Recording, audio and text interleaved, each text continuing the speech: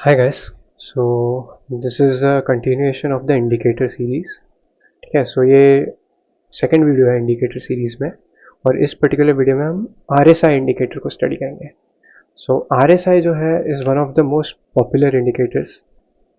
Sometimes even professionals use it, but mostly why they use it because कि इस indicator की जो accuracy है दैट इज स्लाइटली हायर. एक 50% ऑन एन एवरेज आप कह सकते हो कि एक्यूरेसी है कि 50% of the time will be right, 50% of the time will be wrong. But risk manage करके जो है 1:2 1:3 में ये आपको काफ़ी अच्छे रिजल्ट लॉन्ग रन में दे सकती है. सो एप्लीकेशन जो है इसकी बहुत ही सिंपल है. तो पहले सिंपल एप्लीकेशन यूज़ मैं बता देता हूँ आपको. मैंने यहाँ पे सर्च करके RSI प्लॉट कर दिया है और आपको डिफ़ॉल्ट यहाँ पर दिख रहा होगा, एक 14 नंबर दिख रहा होगा. तो ये इसकी एक डिफ़ॉल्ट सेटिंग होती है इनपुट में. इसकी लेंथ जो होती है डिफ़ॉल्ट की 14 होती है. इसमें आपको ये सब टिक्स दिख रहे होंगे, ऑन है ये सब टिक. इनको सिर्फ इस वाले को ऑफ़ कर देना है और ये मिडल वाले को ऑफ़ कर देना है. बाकी इन सब की कोई ज़रूरत नहीं ऑफ़ करने की. बस मेन है कि हमें ओवरबॉट और ओवरसोल्ड रीजन्स अच्छे से दिख जाए. और जो बैंड है अपर बैंड और लोअर बैंड वो बाय डिफ़ॉल्ट 70 और 30 पे सेट है. ठीक है, कुछ लोग इसको 60-40 यूज़ करते हैं, कुछ लोग 70-30 ही रहने देते हैं. हम भी 70-30 रहने देंगे. जो डिफ़ॉल्ट सेटिंग है वही यूज़ करेंगे. ठीक है, अभी इसके कैलकुलेशन में जाने की ज़रूरत नहीं कि ये लाइन क्या है, 14 क्या है, कहाँ से आया. इसके लिए एक अलग फॉर्मूला होता है, average gain upon average loss something. उसके टेक्निकल में इतने जाने की ज़रूरत नहीं. हमें इसके एप्लीकेशन, उसके यूज़ से मतलब है. कैसे क्रिएट हुआ उससे मतलब नहीं है. सो इसका यूज़ क्या है और इसकी एक्यूरेसी कितनी है. ठीक है, तो हम स्ट्रेट फॉरवर्ड अभी इसके एप्लीकेशन पे जाते हैं. The most important thing about this indicator, सबसे जो इम्पॉर्टेंट चीज़ है इस इंडिकेटर की है कि ये मैनी अ टाइम, मतलब मैक्सिमम नंबर ऑफ टाइम आपको एक चॉपी रेंज में जब मार्केट फंसा हो, जैसे अभी ये एक रेंज है राइट, ये एक चॉपी रेंज है ना. इसमें एक बड़ा मुझे अप मोमेंटम मिल रहा है ना, एक डाउन मोमेंटम मिल रहा है. एक रेंज में फंसा हुआ है. तो इस रेंज में ये बैंड को कहीं कट नहीं कर रहा, ना अपर साइड में कट कर रहा है ना डाउन साइड में कट कर रहा है राइट. सो ये चॉपी रेंज में आपको एंट्री ही ट्रिगर नहीं करवाएगा. ये इसका one of the biggest advantage है कि ये चॉपी मार्केट से आपको बचा लेगा राइट. ये इसका सबसे एक बड़ा जो है एडवांटेज या की टेक अवे आप कह सकते हो. सेकेंड इज कि अभी जब मार्केट इस रेंज के बाहर चले जाता है तब क्या. तो तब वही ये जो दो बैंड है ये इंडिकेट करते हैं कि अगर ये जो RSI की वैल्यू है ये इस बैंड के अपर साइड पे या इस रेंज के ऊपर ब्रेक करके यहाँ पर चल रही है. मान लो ये यहाँ पर पहुँच गई और अपर एरिया में चल रही है. इसका मीनिंग ये होता है कि प्राइस अपनी एक डिफ़ॉल्ट वैल्यू से ज़्यादा के लेवल पर ट्रेड कर रहा है. सो एक तरह से आप कह सकते हो कि ये बहुत ओवरबॉट है या फिर एक्सट्रीमली हायर साइड पर चल रहे हैं और किसी भी टाइम फॉल हो सकता है इनमें राइट. ये इनका इसका मेन क्रक्स जो कहते हैं कोर, कि ये चीज़ ये बताती है कि RSI अगर ओवरबॉट जोन में है मतलब कि एक्सपेक्टेड वैल्यू से हायर प्राइस पर ट्रेड कर रहा है और ये फॉल हो सकता है डाउनवर्ड साइड में. सिमिलरली अगर ये बैंड के नीचे साइड में चल रहा हो तो आप ये कह सकते हैं कि ये बहुत चीप वैल्यू पर ट्रेड कर रहा है कंपेरेटिवली उसकी एवरेज वैल्यू पे. तो ये कभी भी बढ़ सकता है, कभी भी बायर्स इसमें इंटरेस्ट दिखा सकते हैं और इसमें स्ट्रेंथ किक इन हो सकती है और प्राइस भी अपसाइड में ड्राइव हो सकते हैं. ठीक है, तो ये प्राइस का कनेक्शन जो इस RSI की वैल्यू के साथ है वो बताता है. ओके, सो मैं ड्राइंग्स को क्लियर कर देता हूँ ताकि कंडीशन सब हट जाए, क्लियर चार्ट भी दिखे. ओके, सो अब हम देखते हैं. अभी जैसे इस रेंज में तो आपको ये चॉपी रेंज में फंसा है. यहाँ पर ये पूरी एक चॉपी रेंज आप कह लो, इतनी यहाँ से लेकर यहाँ तक. तो RSI ने कोई वैल्यू ट्रिगर नहीं की. RSI कह रहा है कि ये अपनी मीडियन वैल्यू पर ही चल रहा है, ना ये ओवरबॉट है ना तो ये ओवरसोल्ड है. तो इसमें आपकी ट्रेड भी ट्रिगर नहीं होगी. हम ट्रेडिंग इस केस में तभी करेंगे RSI यूज़ करके कि जब मार्केट अंडर वैल्यूड हो जाए या ओवर वैल्यू हो जाए राइट. सो अब हम देखते हैं कि ये बाहर कब गया है. थोड़ा हम पीछे चलते हैं. और हम देखते हैं कि ये बाहर कब गया, थोड़ा पीछे से देखते हैं। चलो इस पॉइंट से स्टार्ट करते हैं, यहाँ पर ये नीचे गया है। अभी नीचे तो ये कौन सा डे है, अराउंड 10th मार्च।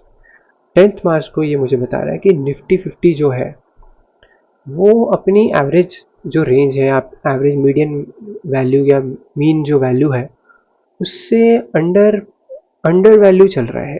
अराउंड कितने बजे ये एंटर, कितने बजे हुआ, इस पॉइंट पर एंटर हुआ रफली 14:15 आपको दिख रहा है, मीन्स 2:15 पर इस कैंडल पर ये अराउंड एंटर कर गया एक अंडर वैल्यूड जोन पर, इस कैंडल के अराउंड। ठीक है, अब मैं इंटरेस्टेड हूँ, अब मैं ट्रिगर हो गया हूँ कि ओके अब मेरी ट्रेड में कंडीशन क्रिएट होने लग गई है, मैं सीधा बाय या सेल नहीं करने बैठ जाऊंगा। ट्रिगर हो गया कि हम पहुंच गए हमारे जोन में कि अब ये अंडर वैल्यूड चल रहा है। चलो यहाँ पर तो डे क्लोज हो गया और मुझे ऐसा कोई खास एंट्री नहीं मिली, एक एंट्री यहाँ पर मिली है। एंट्री कब करनी है वो भी एंट्री कंडीशन में बताता हूँ कि जब भी आपका RSI वैल्यू अंडर ये क्या अंडर ओवर सोल्ड जोन है, ओवर सोल्ड जोन में आकर के वापस अंदर जब जाने लगे, जैसे इस पॉइंट पर अगर आप जूम करके यहाँ पर देखो, सॉरी मैं इसको डिलीट ही कर देता हूँ सब ड्राइंग्स। यहाँ पर अगर आप जूम करके देखेंगे इस पॉइंट पर अराउंड ये कितना 9:35 11 मार्च को 9:35 को इसने अंदर वो कट कर दिया बैंड को। ठीक है, ये बैंड यहाँ पर है, इसने यहाँ पर 9:35 को कट किया। तो 9:35 की कैंडल ये है, यहाँ पर इस पॉइंट पर इसने यहाँ पर कट किया है। ठीक है, ये रही साइमल्टेनियस कैंडल। तो जब भी अंडर अंडर वैल्यू से वो एक रेंज के अंदर ब्रेक कर दे तो मैं बाइंग ट्रिगर करूंगा अप साइड में।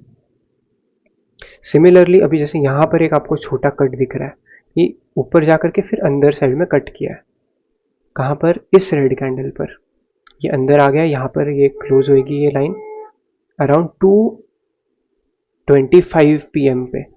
तो सेल करेंगे, यहाँ तो डे क्लोज हो गया, ना प्रॉफिट ना लॉस, कुछ नहीं आया यहाँ पर। तो यहाँ पर देख सकते हैं बट आपको कितना बड़ा प्रॉफिट मिला है। मैं ग्राफ को ऐसे करूँ तो आपको लगेगा कि पता चलेगा कि इतना बड़ा मूव है।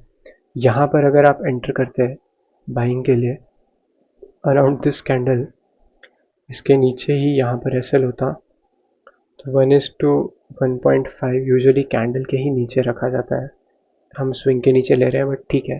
तो 1:2 रफली या 1:, एक काम करते हैं स्विंग के नीचे ही रखते हैं, 1:1.5 तो अच्छे से मिल रहा है इसमें क्लियरली। ऑलराइट, सो यूज़ कैसे कर रहे हैं ना, एंट्री कंडीशन कैसी है कि नीचे से जब वो कट कर रहा है अंदर की तरफ तो हम बाय कर रहे हैं, और ऊपर से जब ओवरबॉट जोन से जब वो अंदर वापस कट कर रहा है तो हम सेल कर रहे हैं, राइट। तो इस दिन पे हमको एक बड़ा बाय ट्रेड मिला, यहाँ पर ये पूरा बाय ट्रेड मिला, इस पॉइंट पर ट्रिगर हुआ, पूरा बाय ट्रेड मिला। नेक्स्ट डे पर चलते हैं, नेक्स्ट डे पर हमको ये बड़ा मूव था, एंट्री नहीं मिली। यहाँ पर जब पूरा दिन ये फॉल होता रहा, इस पॉइंट पर ये एंटर कर गया ओवर सोल्ड जोन में अगेन 11:35, ये कैंडल कितनी 11:35 की है। ठीक है, तो ये कैंडल पर आप देखेंगे कि यहाँ ये एंटर कर गया और वापस इसने यहाँ पर क्लीन एंट्री नहीं दिखेगी, इस कैंडल पर आपको एंट्री यहाँ पर मिलेगी बाइंग साइड के लिए वापस, क्योंकि ओवर सोल्ड से वापस अंदर की साइड कट किया है। तो यहाँ पर अगर मैं एंट्री बनाऊँ इस कैंडल पर, ठीक है, यहाँ पर अगर मैं एंट्री बनाता हूँ, इसके क्लोजिंग पर ही हम बना देते हैं एंट्री, यहाँ पर इसी के नीचे एसएल रखते हैं और यहाँ पर टारगेट अगर आप देखोगे 1:3 का टारगेट आपको मिल गया है, राइट। सो आपको दिख रहा है कि मैं एक यहाँ पर प्लॉट भी करते जाता हूँ, प्रॉफिट पी डाल देते हैं प्रॉफिट के लिए 1.5 आर कि 1 पॉइंट, अगर आपने 1 आर रिस्क किया है वैल्यू तो आपको 1.5 आर का प्रॉफिट मिला है। सेम यहाँ पर आपको मिला है प्रॉफिट ऑफ 3 आर, राइट। मैं समझ, अब हम साथ साथ में बैक टेस्टिंग करते करते मैं समझाता हूँ ताकि आपको ये और इजीली पता चले इसका यूज़। वापस नेक्स्ट डे पर आ गए, ये डे ख़त्म हो गया 12 मार्च का, हम 13 मार्च पे आ जाते हैं। 13 मार्च पे अगर आप आओगे अराउंड इस पॉइंट पर 10 ओ क्लॉक, ये कैंडल पर ये एंटर कर गया एक ओवर बॉट जोन में, कि ये एक अपने एवरेज वैल्यू से हायर पर ट्रेड कर रहा है। ठीक है, नो डाउट ये यहाँ से ऊपर भी जा सकता है, हमें नहीं पता, बट यहाँ पर RSI वैल्यू ने थोड़ा ऊपर जा कर के वापस अंदर ट्रिगर कर दिया एक एंट्री। और एग्जैक्टली आप देख सकते हो 10:20 के आसपास वो कैंडल बनी है। ठीक है, ये कैंडल यहाँ पर थी 10:15, 10:20 की कैंडल यहाँ पर, और यहाँ पर ही एक एंट्री ट्रिगर हुई है, मतलब सीधा पिक पर आपको एंट्री ट्रिगर करवाई है इसने, राइट। तो इसी पर हम एंट्री ले लेंगे, इसी कैंडल के ऊपर SL भी डाल देंगे। डाउन साइड का अगर हम मूव देखें, पूरा दिन ये जाता रहा है नीचे, इसको हम साइड में मूव कर देते हैं। सो 1:3 पॉइंट ऑब्वियसली यहाँ तक ही कैप्चर कर पाए होंगे लोग, 1:3 तो आपको इसमें भी मिल रहा है। तो यहाँ पर भी देखो प्रॉफिट 3R का प्रॉफिट है। ठीक है, तो अभी आपको समझ में आ रहा है कैसे एंट्री, कैसे exit with the help of indicator. This is one of the simplest indicator, और इससे इसका यूज़ भी बहुत सिंपल है। और ऐसा अभी जैसे ये प्रॉफिट, इसकी अभी एक्यूरेसी हमको अभी 3 लाइन से प्रॉफिट मिल गए, बट ऐसा ज़रूरी नहीं कि आगे भी प्रॉफिट ही प्रॉफिट होगा, राइट। सो जैसे कि यहाँ पर भी आपको एक एंट्री ट्रिगर हुई है अराउंड दिस कैंडल, ये ओवरबॉट जोन में जा चुका है अगले दिन ओपन होते ही। फिर हम वेट कर रहे हैं कि वापस अंदर की तरफ कब क्रॉस करेगी। ठीक है, तो यहाँ पर ये वापस अंदर क्रॉस किया 950 के अराउंड। ठीक है, तो 950 के को जब इसने अंदर क्रॉस किया है यहाँ पर, तो आप इसी पर एंट्री लोगे। और इस केस में भी आपको 1:2 का प्रॉफिट मुझे दिख रहा है यहाँ पर होता हुआ रफली एक, तो यहाँ पर भी डाल देते हैं प्रॉफिट इक्वल टू 2R। ठीक है, 2R का प्रॉफिट यहाँ पर भी आ गया है। अभी वापस ये इस अगले दिन पर आ जाते हैं। अगले दिन पर ये खुलते ही सारे ये ओवरबॉट जोन में है पूरा। मैं वेट कर रहा हूँ कि अभी ओवरबॉट जोन पे, तो मैं फॉल का वेट कर रहा हूँ, राइट, एक फॉल का वेट कर रहा हूँ। यहाँ पर मेरा फॉल ट्रिगर हुआ इस रेड कैंडल पर अराउंड दिस कैंडल, मैंने यहाँ पर एंट्री ले ली। इस पिछला जो भी स्विंग है यहाँ पर, इस पर SL रख, इसके थोड़ा ऊपर SL रख दिया, और यहाँ पर मैंने कैप्चर करने का ट्राई किया 1:2, 1:3 जो भी है, बट ये केस में क्या हुआ, लॉस हो गया। तो every indicator has a accuracy, right. Loss कितना हुआ, 1R का लॉस हुआ। तो प्रॉफिट जब हमारा हो रहा है तो 1.5R, 3R, 3R, 2R, और जब लॉस हो रहा है 1R। तो ऐसे रिस्क मैनेज करके अगर हम इस इंडिकेटर को यूज़ करें तो ये काफ़ी अच्छे रिजल्ट्स देता है।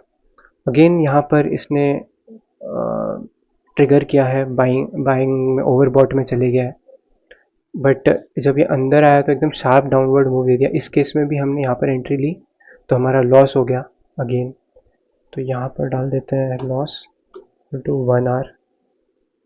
ठीक है, 1R का लॉस हो गया है। सो आप देख रहे हैं कैसे कंटिन्यूस 4 बार प्रॉफिट आया, 2 बार लॉस। इस केस में भी लॉस होगा क्योंकि ये जो है इसमें तो चलो डे ही क्लोज हो गया, इसमें हमको एंट्री मिली ब्रेक इवन पर, हम एग्जिट कर देंगे, कोई हमको इसमें सही से एंट्री नहीं मिली, क्योंकि यहाँ पर एंट्री मिल रही है अराउंड 1440, मतलब 240 के अराउंड। तो 240 के अराउंड मतलब कुछ मिला नहीं हमको खास प्रॉफिट इसमें। ठीक है, यहाँ पर भी अगर आप देखो ये ओवरबॉट जोन में गया डाउन, इस पॉइंट पर हमने डाउन का ट्रेड ट्रिगर किया होगा। कैंडल कितनी, 11:10 की यहाँ पर कैंडल है, तो 11:10 की कैंडल है, इसके ऊपर हम यहाँ कहीं पर SL रखेंगे इस लेवल पर, बट हमारा इसमें भी SL हिट हो गया, राइट। तो आप देख रहे हैं कि जब भी एकदम स्ट्रॉन्ग ट्रेंडी मार्केट होती है तो ये इंडिकेटर थोड़ा फेल होना चालू हो जा रहा है। स्ट्रॉन्ग मोमेंटम को कैप्चर करने में ये भी काइंड ऑफ इनकेपेबल है इन अ वे, यू कैन से इन अ वे। अभी यहाँ पर भी एंट्री, अभी तो चलो ये यहाँ पर एंट्री ट्रिगर करवाई, इसमें भी लॉस हो गया। तो देख रहे हैं आप कैसे कि कंटिन्यूअस जब बड़ा मूव आता है, एक स्ट्रॉन्ग ट्रेंड मार्केट पकड़ता है, तो आपको ये लॉस देना चालू कर देता है। बट अगर एक रेंज में अच्छी तरह मूव हो रहा हो, ठीक है, तो एक रेंज में अगर अच्छे से आपको ये रेंज बाउंड मार्केट में अच्छे से काम करेगा। जैसे ये एक अच्छी रेंज बाउंड मार्केट थी, यहाँ से लेके यहाँ तक एक रेंज बाउंड मार्केट थी। तो एक रेंज बाउंड मार्केट में ये आपको ओवरबॉट जोन्स, ओवरसोल्ड जोन्स अच्छे से बता देता है, ठीक है। रेंज बाउंड मतलब एक अच्छी खासी रेंज बनी है, उसमें मार्केट खेल रहा है, मार्केट उसने रेंज को ब्रेक किया तो ये लॉस देना चालू कर दिया, ठीक है। सो दो एक्सट्रीम केसेस में ही आपको लॉसेस दे रहा है, आपने अगर नोटिस किया होगा तो। एकदम ही टाइट रेंज जिसे हम चॉपी कहते हैं, जिसमें ये ना ओवरबॉट हो रहा है ना ओवरसोल्ड हो रहा है, जिससे हमें बचा रहा है। और इसको तो हम इसमें तो ये केस में तो हमारी एंट्री ट्रिगर नहीं हो रही। एंड सेकेंड केस में जो हमको लॉस हो रहा है वो है एक्सट्रीम मोमेंटम, कि जब ये रेंज ही पूरी की पूरी ब्रेक हो जाए, ये पूरी की पूरी रेंज ब्रेक हो करके ये जब अप डायरेक्शन में जाना चालू कर दे, तब हमको एक लॉस देखना पड़ रहा है, ठीक है। तो ये मोमेंटम में हम शायद पैसा नहीं कमा पाएंगे अगर RSI स्ट्रिक्टली यूज़ करेंगे। बट ठीक है, लेट्स सी एक आगे और थोड़ा मैं ये करता हूँ। अभी जैसे मोमेंटम तो अभी ख़त्म हो गया, ये इस दिन भी हमारा लॉस हुआ, तो चलो एक और लॉस ले लेते हैं हम। 3 दिन 4 दिन कंटिन्यूस प्रॉफिट हुआ, 3 दिन कंटिन्यूस लॉस हुआ 1 आवर, ठीक है। अभी नेक्स्ट डे देखो क्या होता है, वापस यहाँ पर ट्रिगर हुआ ओवरबॉट। अब जब ये वापस इस पॉइंट पर आ रहा है, ये कैंडल पर अराउंड 10:05 की कैंडल है इस दिन की, ठीक है, ये कैंडल है। ये कैंडल में हमको अराउंड देखना 3 आवर का प्रॉफिट हो जाएगा। इसके ऊपर मैं एसएल रखता हूँ 2.5, आप पकड़ लो, ठीक है। सो अब यहाँ पर अगर मैं अभी डाल देता हूँ, प्रॉफिट डालता हूँ 2.5 आवर डाल देते हैं, 0.5 आवर, चलो 2 आवर डाल देते हैं। 2 आवर पे भी आप देखना आपके 2 दिन कवर हो गए। नाउ यू अंडरस्टैंड क्या हो रहा है जब हम रिस्क मैनेज करके चल रहे हैं। 1.5 आवर, 3 आवर, 3 आवर, 2 आवर, 4 दिन हमको प्रॉफिट हुआ, ठीक है। 1 2 3 4 दिन हमको लॉस हुआ, राइट, और वापस हमको 5वें दिन प्रॉफिट हुआ। तो ये दो लॉस जो है वो इसके साथ ऑफसेट हो गए। यहाँ पर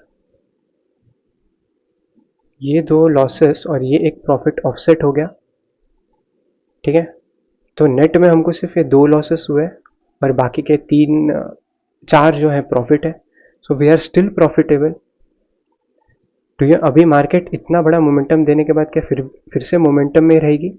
the answer is absolutely no, क्योंकि मार्केट फेजेस में चलती है, एक साइकिल में चलती है। सो जब भी बहुत ज़्यादा बड़ा मोमेंटम आएगा, दिस इज एक्सेप्शनल मोमेंटम, भी जैसे this is an exceptional momentum, ये छोटा है ये, बट यहाँ पर भी अगर आप देखोगे इतना कोई खास ट्रिगर नहीं हुआ है ट्रेड्स। बट जब एक्सेप्शनली बड़ा मोमेंटम आ जाता है तब आप देखोगे कि फेल हो जाता है, जैसे इस केस में हुआ था, विच इज़ रेयर सिनेरियो। तो इसमें ही लॉस हो रहा है, चॉपी रेंज से ही आपको बचा रहा है, ठीक है, और बाकी के टाइम में आपको अच्छा खासा प्रॉफिट दे रहा है। सो अगर आप इसको प्रॉफिटेबिलिटी रिस्क रिवॉर्ड मेंटेन करके चलेंगे तो एक अच्छी प्रॉफिटेबिलिटी आपको ये RSI इंडिकेट दे सकता है, ठीक है। So this is one way of trading this. अभी एक बहुत ही मतलब I personally feel it's a very stupid way of trading it. काफ़ी लोग इसमें डाइवर्जेंस ढूंढने का ट्राई करते हैं। I personally don't recommend using divergence, क्योंकि मेरे को इसके कोई रिजल्ट खास ऐसे देखने को नहीं मिले। जब मैं बिगनर था और मैं ये सब टेस्ट कर रहा था, मुझे तो कोई इसके खास रिजल्ट नहीं मिले। डाइवर्जेंस मैं एक्सप्लेन कर देता हूँ, but don't use it as per my personal recommendation, but still आप जो करना है आपको कर सकते हैं। आई पर्सनली डोंट रिकमेंड और एडवोकेट फॉर इट, ठीक है। सो हम डाइवर्जेंस अभी देखते हैं। डाइवर्जेंस सिंपल है कि अगर प्राइस बढ़ रहा हो, अगर प्राइस बढ़ रहा हो और RSI की वैल्यू घट रही हो, दोनों उल्टा हो गए, मतलब प्राइस बढ़ रहा है बट RSI वीकनेस दिखा रहा है। इसका मीनिंग क्या हुआ कि आगे जाके प्राइस भी गिरेगा। RS वैल्यू जो भी है प्राइस की, हम ऐसा एक बाय डिफ़ॉल्ट एक पर्सपेक्टिव लेकर के चल रहे हैं कि प्राइस RSI के हिसाब से एडजस्ट करेगा अपने आप को, ठीक है। अगर RSI बढ़ रहा है और प्राइस गिरते जा रहा है, मतलब RSI तो बोल रहा है कि स्ट्रेंथ आ रही है मार्केट में, तो प्राइस आगे जाके शायद स्ट्रेंथ शोकास्ट करेगा और ऊपर जाएगा। तो जब भी दोनों ऑपोजिट बिहेवियर करें, तो इसका मीनिंग ये हुआ कि it is creating a divergence, और आगे जाके प्राइस अपने आप को RSI की वैल्यू के साथ एडजस्ट करेगा। तो अभी इसका हम एक एग्जांपल देखते हैं, एक दो ही एग्जांपल देखते हैं, नहीं तो ये वीडियो बहुत लंबा हो जाएगा। जैसे यहाँ पर आप अगर देखो, प्राइस जो है गिर रहा है कितना, अराउंड 26 से लेके सुबह 26 से लेके शाम तक प्राइस गिर रहा है। बट अगर आप इतने जोन में देखेंगे, यहाँ से लेके इस पॉइंट तक, आपको दिखेगा कि डाइवर्जेंस जो है प्राइस का लोवेस्ट, अगर आप इसके पॉइंट्स कनेक्ट करोगे तो RSI की वैल्यू बढ़ रही है, प्राइस गिर रहा है। इसका मीनिंग क्या कि प्राइस आगे जाके बढ़ेगा, और आगे जाके थोड़ा बड़ा भी है, थोड़ा सा बड़ा है प्राइस, बट ये उतना बड़ा ऐसा मोमेंटम नहीं दिया, राइट। भी और आगे टेस्ट करते हैं। ये majority of the time fail होता है, आप खुद जाके बैक टेस्ट कर सकते हैं, मैं तो पर्सनली रिकमेंड नहीं करता। भी इसमें ये पॉइंट और ये पॉइंट देखो सेम ही है, अभी इस पॉइंट से इस पॉइंट में भी सेम ही है फ्लो, अभी इधर थोड़ा सा डाइवर्जेंस क्रिएट हुआ है, देखो यहाँ पॉइंट से लेके यहाँ पॉइंट तक अगर हम देखें, पॉइंट्स कनेक्ट करें, प्राइस गिर रहा है, राइट। एक रेजिस्टेंस क्रिएट, प्राइस गिर रहा है नीचे। बट अगर आप यहाँ से इसको देखोगे, यहाँ से यहाँ तक RSI की वैल्यू बढ़ रही है। इसका मतलब क्या कि आगे जाकर प्राइस जो है वो बढ़ेगा। क्या ऐसा हुआ? यस हुआ, थोड़ा ही बढ़ा, ज़्यादा कुछ नहीं बढ़ा, right.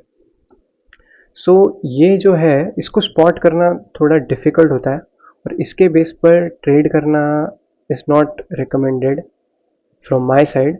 You can try using it, कुछ लोगों के लिए बहुत अच्छे से काम करता है, कुछ लोगों के लिए नहीं। I will personally recommend using only the simplest method जो मैंने स्टार्टिंग में बताया।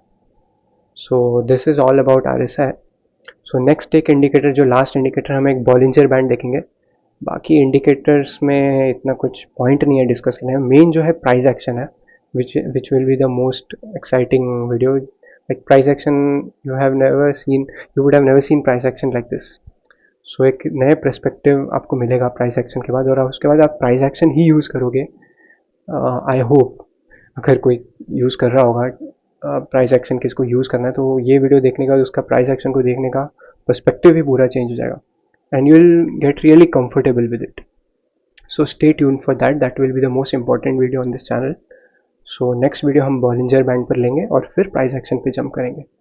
So stay tuned for that, और लाइक और सब्सक्राइब कर दीजिए। कमेंट्स में बताइए नेक्स्ट आप कौन सी वीडियो किस टॉपिक पर देखना चाहते हैं। मेरे पास ऑलरेडी कुछ टॉपिक्स हैं, वो टॉपिक ख़त्म करने के बाद मैं अपने लाइव ट्रेड्स भी शेयर करूँगा, ताकि आपको एक लाइव ट्रेडिंग रियल टाइम में कैसे होती है वो देखने को मिले। Thank you.